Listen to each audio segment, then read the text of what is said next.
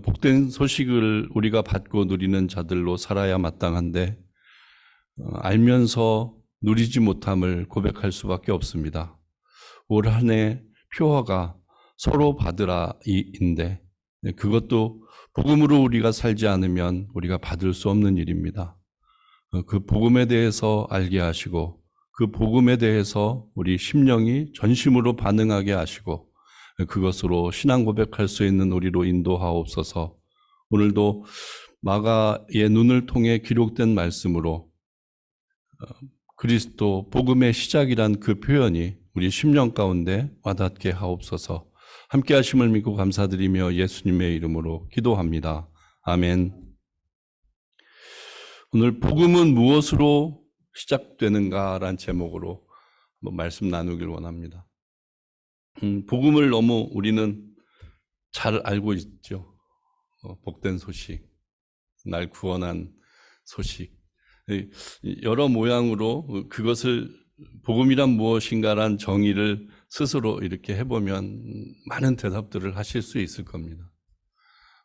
그러면 그 복음이 우리 심령 가운데 얼마나 역사하고 있는지, 그것이 감격되어 감동되어 또 요동치면서 하나님께 반응하고 있는지, 이런 것들을 또 생각해 보면 진짜 내가 복음 안에 살아가는 사람이 맞나? 이런 생각들도 하게 됩니다. 성경을 통해서 복음이란 메시지를 전해 들었을 때 우리는 가장 먼저 이 마가복음을 떠올려도 좋습니다. 왜냐하면 오늘 읽은 것처럼 하나님의 아들 예수 그리스도 복음의 시작이라는 제목으로 그렇게 시작을 하고 있기 때문입니다. 마가는 왜 이런 표현을 썼을까 생각해 봤으면 좋겠어요. 언젠가 마가복음에 대해서 말씀드릴 때 마가는 12제자의 한 명이 아니었어요. 베드로 제자를 따르던 그 수종 드는 사람, 서기관, 이런 개념으로 있습니다. 그리고 우리가 잘 알고 있는 사도행전에 나오는 마가다락방, 그 집 주인입니다. 그리고 사도 바울의 동역자이기도 하고 여러 곳곳에 그 흔적들이 남아 있습니다. 그래서 언젠가 제가 마가복음 설교를 하면서 이 마가복음은 특별한 느낌이 있다. 그 특별한 느낌은 나름대로 복음서 기자들이 어떤 사건을 해석하고 또 그것을 많이 집중을 하는 반면에 마가는 굉장히 사실 보도 쪽으로 이렇게 많이 흘러간다. 그래서 역사를 기록하는 의미로 가는데 굉장히 신속하게 일이 진행된다라고 한번 말씀드린 적이 있습니다. 그래서 복음서 중에서 가장 짧기도 하고요. 그리고 많이 빠져 있습니다. 다른 복음서에서 나오는 내용들이 많이 빠져 있습니다. 그래서 우리가 예수님의 행적을 생각했을 때 정말 굵직굵직한 일, 그리고 어떤 굉장한 파장을 일으킨 일, 그런 것들을 큼직큼직하게 아주 신속하게 발빠르게 이렇게 기록하고 있다는 것을 살펴볼 수 있습니다. 오늘도 시작이 그냥 시작이라 해놓고 바로 일들이 진행되는 것들을 1장도 지금 굉장히 길게 정리되어 있는데 몇 가지 일들이 쭉 나열이 되어 있습니다. 그런 측면으로 마가복음을 보면 굉장히 순발력 있게 그것을 반응할 수 있어요. 저희들도. 그래서 정말 엑기스만 모아서 뭔가 빨리빨리 우리가 습득할 수 있다는 그런 느낌도 언젠간 받을 수 있습니다.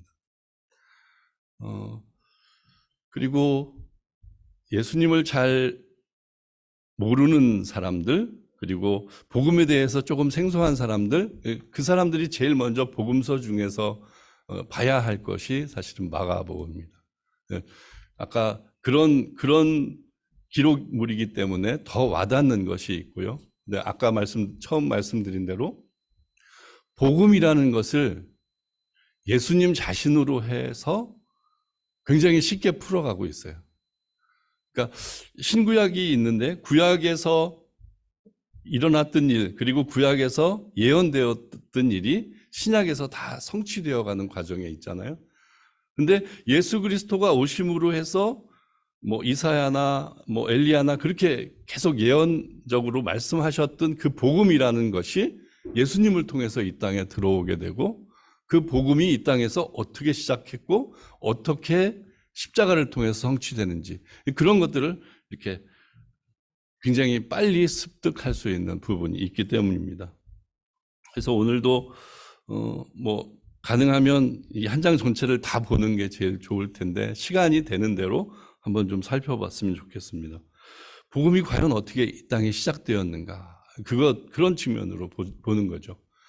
그리고 특별히 누가복음은 관점이, 아까 예수님에 대해서 관점이 맞춰져 있는데, 특별히 섬기는 종의 모습으로,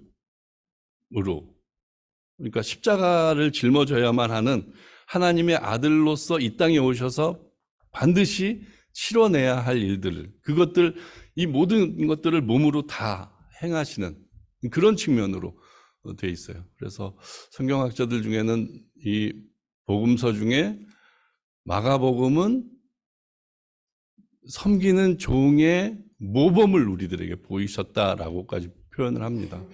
그래서 예수님이 이 땅에 오셔서 행했던 일 자체가 다 모범을 보이신 일이고,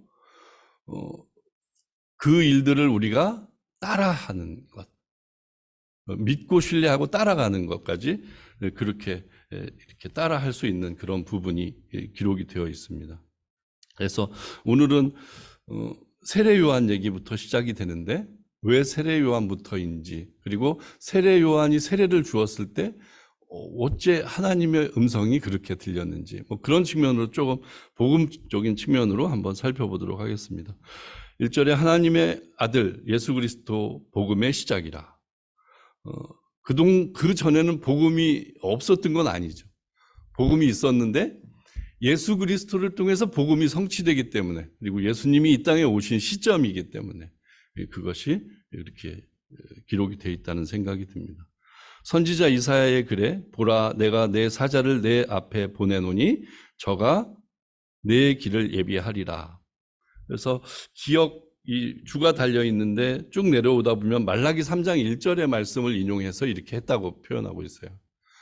그래서 말라기에는 엘리야 선지자의 이름으로 이렇게 연결이 돼서 설명이 되는데, 예수님이 오시기 전에 길을 예비할 자가 엘리야처럼, 근데 엘리야의 모습으로 이 당시에 세례 요한이 활동하고 있었습니다. 그래서 그것이 이렇게 성취되는 그런 것들을 이 말씀 속에서 잠시 보여주고 있어요.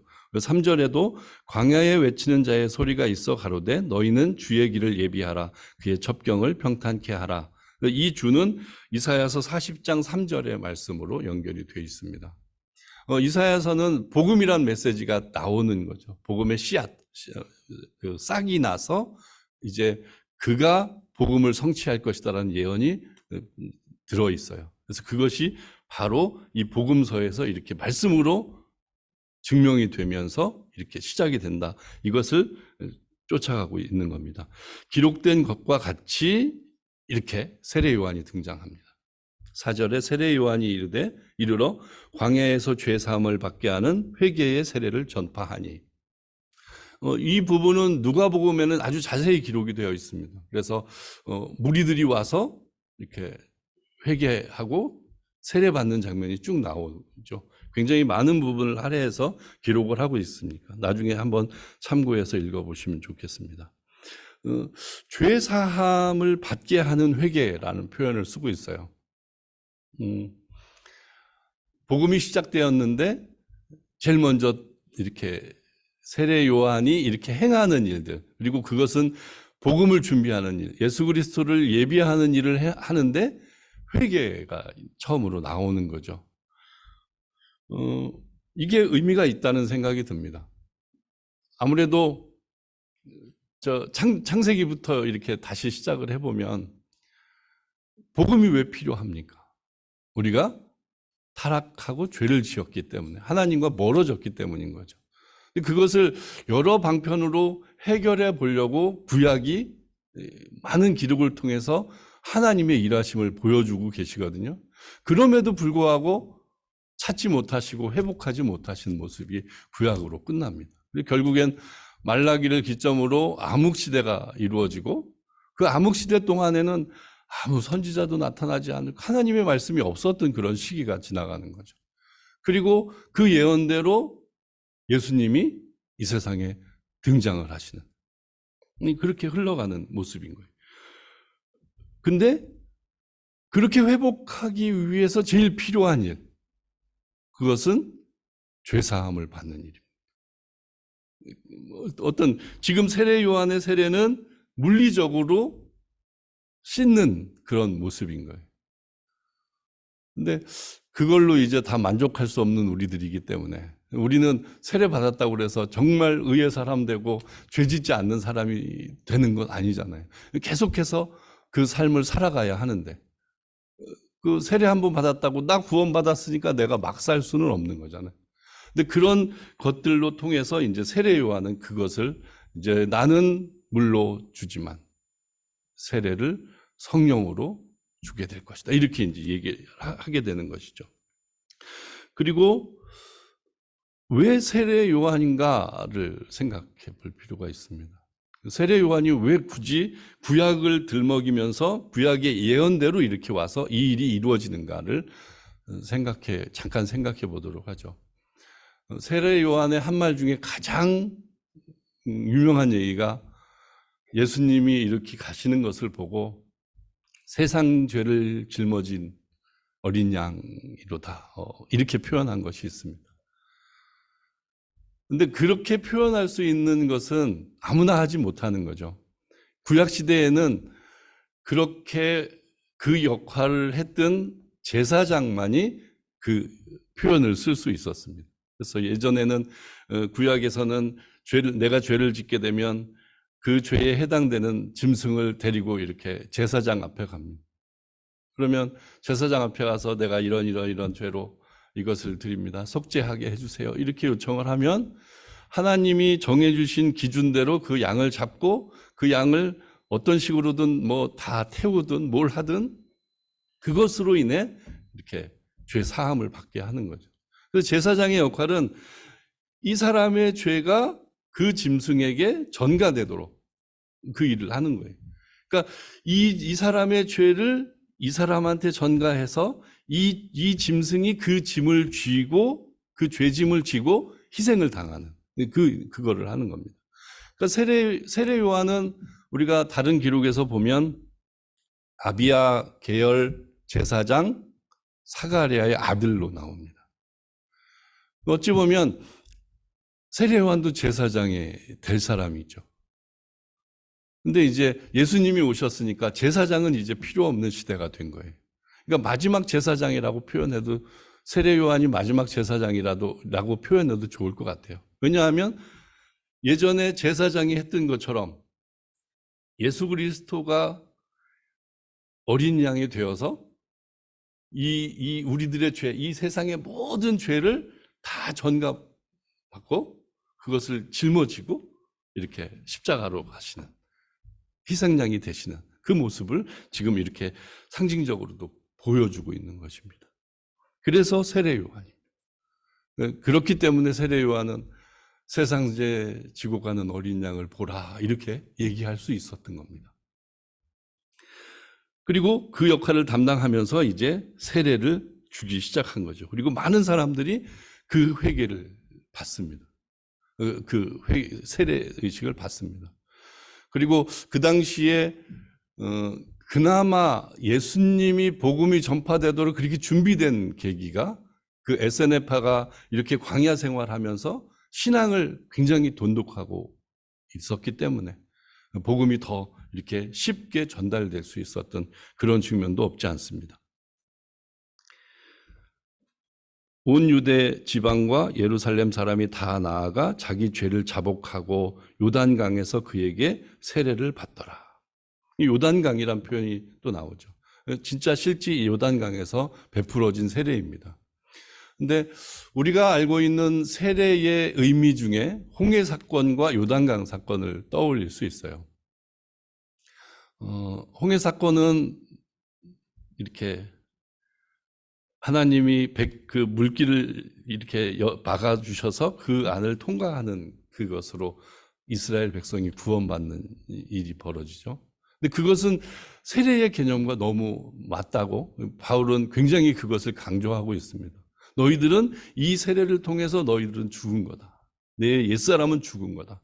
이제 새 사람이 새 사람으로 살아야 한다. 이렇게 이제 그것을 상징화해서 말씀해 주고 있는 거죠. 근데 여기에 요단강도 그의 준한 표현이고, 죄를 자복하고 요단강 건너 가나안 복지로 나아가는 그 일들이 그것을 통해서 이루어지는 것을 생각해 볼 수 있습니다. 그에게 세례를 받더라. 요한은 약대털을 입고 허리에 가죽띠를 띠고 메뚜기와 석청을 먹더라. 광야 생활을 하고 있는 그 모습이죠. 약대털 옷을 입고 허리에 가죽띠를. 근데 이게 엘리야가 이렇게 상징적으로 보여주었던 모습을 그대로 이 세례 요한이 행하면서 그렇게 살고 있었던 거죠. 특히 SNF파 활동을 하는 그 상황 가운데 그들만 모여서 이렇게 모여서 자기들끼리 생활하는, 그리고 신앙적으로 그렇게 묶여져 있는 그런 것들을 또 여기서 잠시 엿볼 수가 있습니다. 그리고 그가 전파하여 가로되 나보다 능력 많으신 이가 내 뒤에 오시나니 나는 굽혀 그의 신들매를 풀기도 감당치 못하겠노라. 나는 너희에게 물로 세례를 주었거니와 그는 성령으로 너희에게 세례를 주시리라 하시면서 이제 그 사역을 하고 있는 거예요. 말라기 선지자 그리고 이사야 선지자가 했던 그 예언대로 그 역할, 주의 길을 예비하는 자의 역할을 이렇게 감당하고 있는 것을 마가는 기록하고 있습니다. 물로 세례를 주었거니와 그는 성령으로 너희에게 세례를 주시리란 표현도 우리가 많이 깊이 묵상해야 합니다. 그러니까 우리들도 세례를 경험했고 세례교인으로 살고 있습니다. 근데 가만히 우리들 생각해 보세요. 이 세례의 의미를 얼마나 내 속에서 깊이 묵상하고 또 그것에 대해서 기억하고 있는지, 그리고 그것이 떠오를 때마다 정말 만약에 그 전과자로 살고 있었는데 어느 날 다 사면이 되었어요. 그리고 자유하게 살 수 있는, 정말 떳떳하게 살 수 있는 기회가 왔어요. 그러면 그 당사자는 그 사면의 기억을 우리는 평생을 갖고 살 것입니다. 근데 우리는 어떻습니까? 우리 그 세례에 대한 기억을 얼마나 크게 이렇게 안에서 증폭하면서 살고 있습니까? 근데 그것이 우리들의 연약함인 거죠. 굉장히 무뎌져 있어요. 우리가 살았다는, 예수 그리스도를 통해서 살았다는 그 의미가 진짜 많이 무뎌져 있어요. 근데 그런 것들을 우리는 이제 성령님의 은혜를 통해서, 성령님은 우리를 도우시고 우리의 부족한 것을 채우시고 이끌어 가시는 분이시잖아요. 예수님이 승천하시고 그 보혜사 성령을 우리에게 보내주셔서 이제 성령님께서 그 일들을 우리에게 감당하고 계시는 거죠. 근데 그 세례에 대한 마음, 그리고 구원받은 것에 대한 반응, 이것을 이제 내가 무뎌져 있지만 조금은 더 하나님과 친밀해서 그것들을 속에서 좀 더 예민하게 반응하면서 사는 그런 모습으로 우리가 살았으면 좋겠다는 생각을 이 대목에서 해보게 됩니다. 왜냐하면 성령으로 그렇게 우리를 인도하고 계시기 때문입니다. 그리고 이제 한 장면이 펼쳐집니다. 이 굉장한 퍼포먼스가 이루어지는 거죠. 이제 사람들이 세례를 받는 그 현장에 예수님이 직접 그곳에 가셨습니다. 그때 예수께서 갈릴리 나사렛으로부터 와서 요단강에서 요한에게 세례를 받으시고, 좀 전에 신들매도 풀기 어려운 그런 대단하신 분이 와서 세례를 청합니다. 다른 데에서는 이런 얘기가 좀 더 많이 되고 있는데, 근데 왜 굳이 예수님께서 세례를 받으셔야만 했을까? 이 대목을 우리는 생각해 볼 필요가 있는 거죠. 왜 세례를 받으셨을까요? 완전한 인간으로 오셨기 때문이겠죠. 그리고 예수님이 이 절차를 밟지 않으면, 완전한 사람으로서 우리가 행하는 것처럼 그 절차를 밟지 않으면 사실 절차상 하자가 있는 거예요. 그래서 이 모든 과정을 행하셔야만 했습니다. 그래서 아까 마가복음은 특히 예수님께서 우리에게 모범을 보여주신 일에 대해서 좀 우리가 생각해 볼 필요가 있다고 했잖아요. 예수님도 이 땅에 오셔서 공생애를 시작하면서 치러낸 일. 그러니까 우리들도 마찬가지로 예수 그리스도를 믿게 됨으로 구원함에 이르러서 세례를 받고 그 신앙 고백하고 이렇게 했던 일. 그것이 그렇게 이 길을 따라가는 일인 것입니다. 그리고 세례를 받으실 때 10절에 곧 물에서 올라오실새 하늘이 갈라짐과 성령이 비둘기같이 자기에게 내려오심을 보시더니 하늘로서 소리가 나기를 너는 내 사랑하는 아들이라 내가 너를 기뻐하노라 하시니라 라고. 이 장면은 굉장히 많이 익숙하죠. 아주 어렸을 때부터 뭐 선극도 하고 이 장면은 굉장히 우리 머릿속에 있습니다. 이 장면의 의미가 굉장히 크죠. 예수님이 완전한 육신으로 오셔서 세례를 받으시고 그 절차를 밟으셨는데 아마 옛날 제사장이 죄를 전가시켰을 때 그 어린 양에게 이 모든 것들이 있었던 것처럼 그렇게 장면이 퍼포먼스로 이루어지는 거예요. 근데 특별하게 하늘이 열리고 여기는 하늘이 갈라진다고 표현했는데 누가복음인가에는 하늘이 열린다는 표현을 썼어요. 그리고 성령이 비둘기같이 자기에게 내려오심을 보고 그 다음에 하늘에서 소리가 있는데 너는 내 사랑하는 아들이라 내가 너를 기뻐하노라 이렇게 하시는 거죠.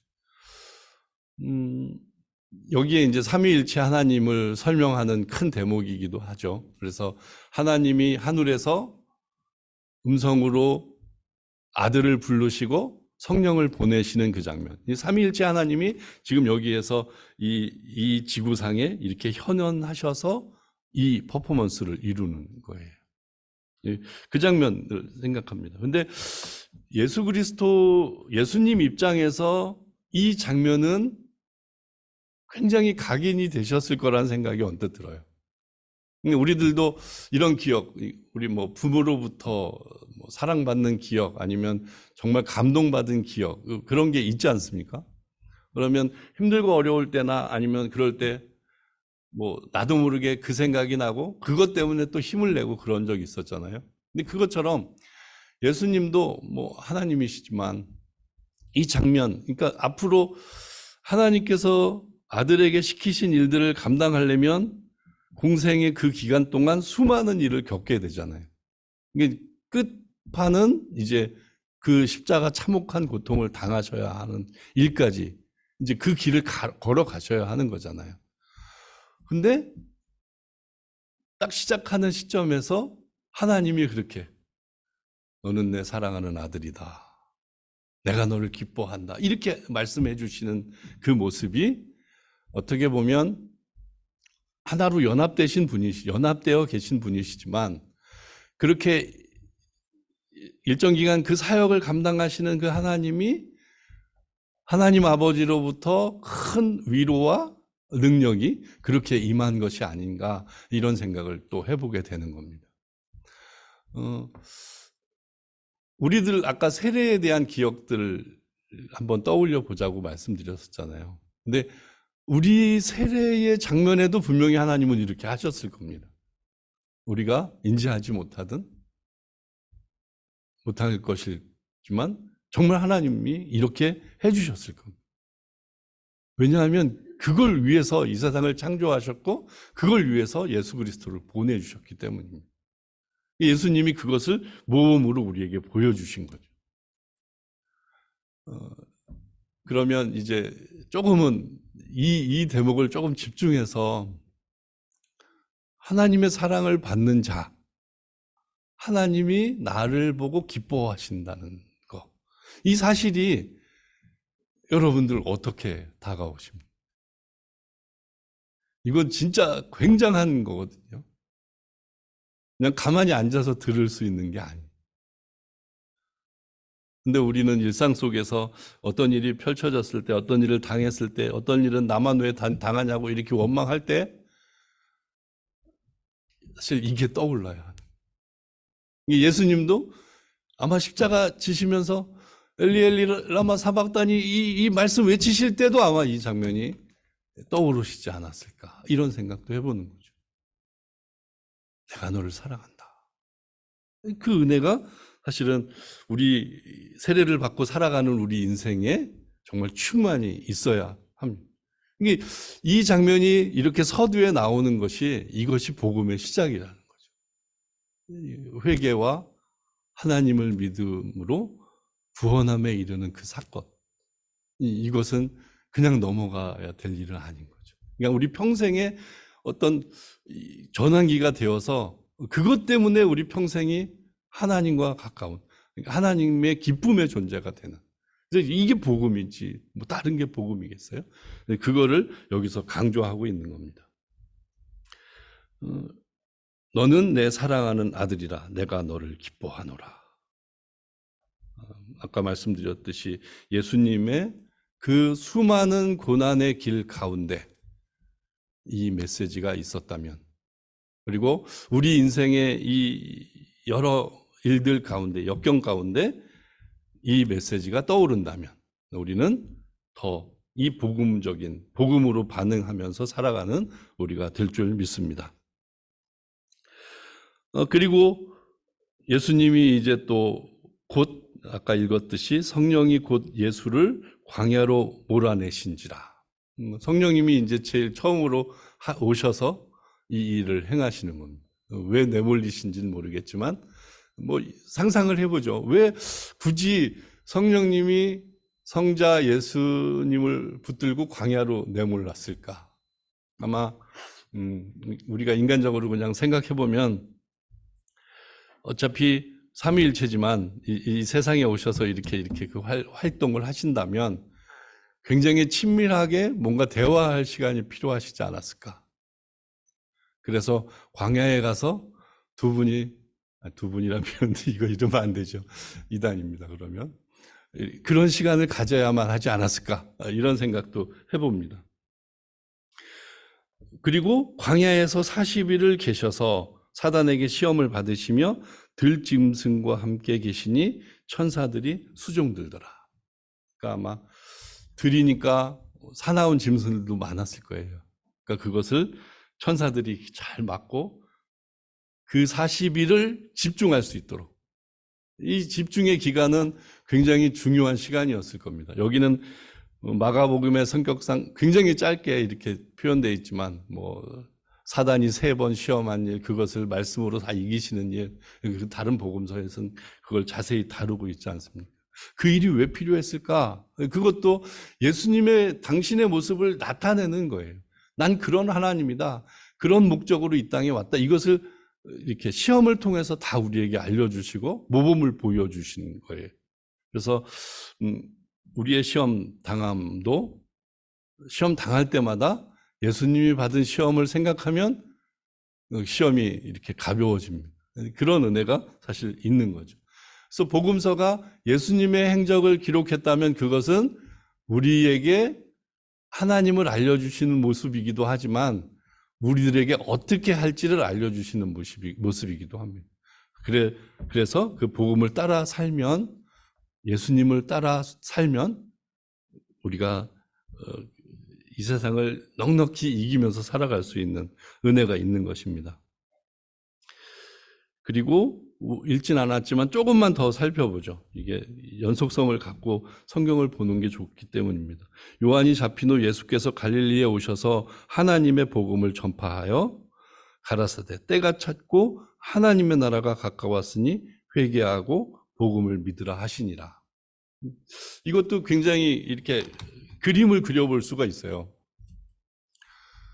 악한 세상, 그러니까 타락한 세상이 이렇게 존재합니다. 근데 그것 때문에 그 안에서 하나님이 뭐 선지자 보내가지고 깨우쳐주고 또 그 속에서 각성된 자들이 조금은 이렇게 믿음을 갖고 살아가게 하고, 근데 그 전반적인 분위기는 타락한 세상이에요. 하나님을 부인하고 하나님과 멀어지려고 하고 하나님보다 더 높아지려고 하는 그런 세상이에요.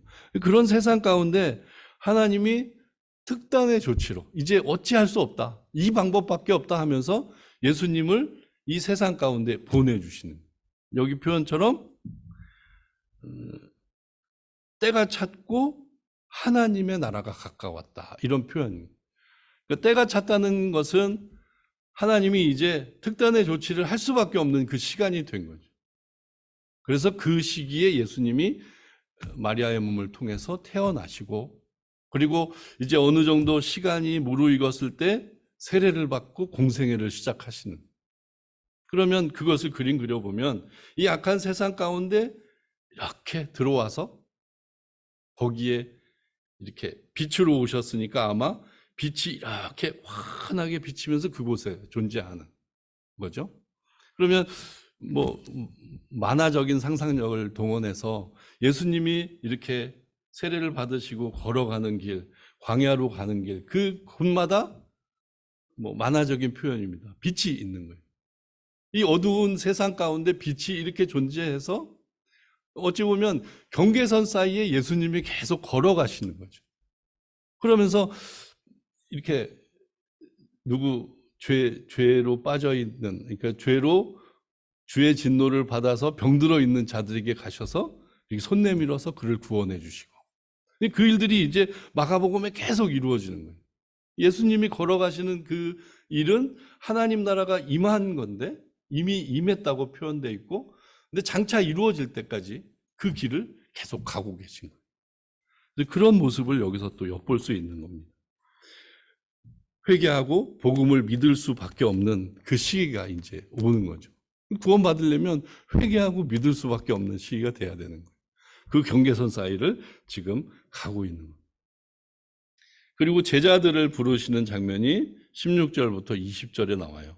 그리고 뭐 금을 던지는 것을 보시고 불렀는데 그는 야고보와, 아니죠, 시몬과 그 형제 안드레라고 표현되어 있고, 19절에는 저희가 그물을 깁는 것을 보시고 뭐 야고보와 요한 이렇게 부르시는 장면이 나옵니다. 그리고 사람을 낚는 어부가 되게 하리라, 그리고 쫓아라 그래서 따라오는 제자들을 부르는 장면이 보여집니다. 근데 여기서도 넷을 부르는 모습이지만 이 대표성으로 그냥 이렇게 기록이 되어 있는 거예요. 그러니까 예수님이 같이 동역할 자를 이렇게 불러내시는 장면, 그렇게 흘러갈 수 있고요. 그다음에 21절부터는 바로 이제 사역적으로 들어가는데 그 사역의 현장이 귀신 들린 자를 쫓아내는 장면이에요. 그러면 아까 표현했듯이 이 세상에 뭐 귀신 들렸다고 표현할 수도 있고, 그 죄로 물들어서 주의 진노가 심판이 임해서 그들은 그 안에서, 어두움 안에서 그 병든 세상 안에서 살 수밖에 없는 그 세상이었는데 예수님이 이 땅에 오셔서 그것을 하나하나 구원해 가시는 그 모습들이 이렇게 이 복음서를 통해서 쭉 이어집니다. 그리고 거기에는 반드시 나타나는 것이 더러운 귀신을 이렇게 명령해서 쫓아내는 장면이 계속 나와요. 그러니까 그 경계선 사이에서 그것을 구원하기 위해서 행하시는 여러 사역 가운데 일들이 기록이 되어 있는 거죠. 귀신을 내어 쫓는다는 표현을 하고 귀신을 명해서 순종시키는 그런 표현들이 계속 이어집니다. 그것을 이제 뭐 다른 이단들은 이렇게 축기 사역 쪽으로 많이 강조를 하는데, 그것은 우리가 그렇게까지 할 필요 없이 하나님이 선하시고 하나님이 가장 온전하시고 완전하신 분이기 때문에 그가 오시는 곳에서 그것을 찾아내셔서 그것을 치유하시고 이렇게 하나님의 영역으로 바꾸시는, 하나님의 나라로 바꾸시는 그 사역을 이렇게 우리가 표현할 수 있다는 것을 살펴볼 수 있습니다. 뭐 34절 같은 경우 예수께서 각색 병든 많은 사람들을 고치시며 많은 귀신을 내어 쫓으시되 귀신이 자기를 알므로 그 말하는 것을 허락지 아니하니라. 그 경계선 사이에서 계속 줄다리게 하는 세상을 보여주고 있습니다. 그리고 40장에 문둥병자를 고치는 장면에서는 그를 깨끗이 하는 장면이 나오고 44절에 가라사대 삼가 아무에게 아무 말도 하지 말고 가서 내 몸을 제사장에게 보이고 내 깨끗게 됨을 인하여 모세에 명한 것을 드려 저희에게 증거하라 하셨더니, 이 장면이 나오는데 이것도 잠깐 살펴보고 마무리 짓겠습니다. 그 당시에는 율법이 존재했어요. 율법을 통해서 구원된 세상, 구원받을 수 있는 것이었죠. 근데 율법을 지킬 수 없는 사람이 없기 때문에 불가능한 것이었습니다. 그래서 예수 그리스도가 그 율법을 완성하려 이 땅에 오신 거예요. 지금 그 경계선 사이에서 문둥병자를 고치면서, 문둥병은 예전부터 하나님의 형벌이었고 그것을 이렇게 영원히 고칠 수 없는 물리적인 병이지만 어떤 은혜로 나음을 입으면 그것은 다시 사회로 돌아갈 수 있는 길이 열려져 있어요, 율법적으로. 그래서 문둥병이 걸렸을 때는 나는 문둥병이요 그러면서 격리를 당해야 했고, 내가 문둥병이 없어지면 그것을 다시 제사장한테 가서 검사를 받고, 이것은 다 치유받았다, 하나님을 찬양하자, 그리고 다시 그 사회로 돌려보내는 그런 율법이 있었습니다. 그러니까 예수님이 이 땅에 오셔서 아직 완성된 율법을 온전하게 이루시진 않은 상황이지만 그것을 지금 그 경계선 사이에서 지키면서, 그 율법을 지키면서 그 사역들을 하고 계신 것을 살펴볼 수가 있는 겁니다. 그리고 그 소문들이 이제 그 지역에, 갈릴리 지역에 계속 전파되고, 그러면 그 소식을 들은 자들은 복음에 접할 수 있는 기회들을 이렇게 갖게 되고, 그것이 이제 지금 시대를 건너 지금 이 시대까지 와서 그 복음은 우리 10년 가운데 이렇게 열매 맺어 가고 있는 것입니다. 그래서 오늘은 복음의 기초적인 말씀을 드려서 조금은 다 아시는 것일 수 있지만, 복음에 반응해서 사는 삶이 어떤 것인지, 성경에서 복음은 이렇게 시작되었다는 것을 조금 더 살펴보았습니다. 여러분들도 댁에 가셔서 더 묵상하시면서 내가 복음에 얼마나 반응하고 있는가, 아까 질문 드린 대로 내 세례받은 날 기억, 그러니까 그때 내 감격, 그것들을 한 번 더 묵상해 보시는 시간을 가지시면 좋을 것 같습니다. 제가 기도하고 마무리 짓겠습니다. 하나님 아버지, 감사합니다. 오늘 마가복음을 통해서 복음의 시작을 살펴보았습니다. 그 복음이 시작되면서 예수님께서 걸어가신 길, 예수님께서 경험하신 일, 그것은 분명 우리들에게도 적용되는 줄 믿습니다. 내가 세례받았던 기억, 그리고 내가 이 시간을 살아가면서 복음으로 구원됨을 경험하고 살아가는데 또 나는 어떤 모습입니까? 그것들을 자꾸 생각나게 하시고 그 오늘 말씀에 대면하게 하셔서 부족하고 연약한 것들이 발견된다면 더 주님께 구하고 또 주님을 더 사랑할 수 있는 은혜를 허락하시옵소서. 특별히 예수님께 너는 내 사랑하는 아들이다, 내가 기뻐하는 자라고 하늘의 음성이, 아버지의 음성이 들렸었을 때 그것을 받았던 예수님의 마음같이 우리들도 우리 일상에서 그 음성을 듣게 하시고 그것으로 인해 내 정체성이 확인되게 하시고 그것으로 인해 더 능력 있는 삶을 살아갈 수 있도록 인도하여 주시옵소서. 함께 하심을 믿고 감사드리며 예수님의 이름으로 기도합니다. 아멘.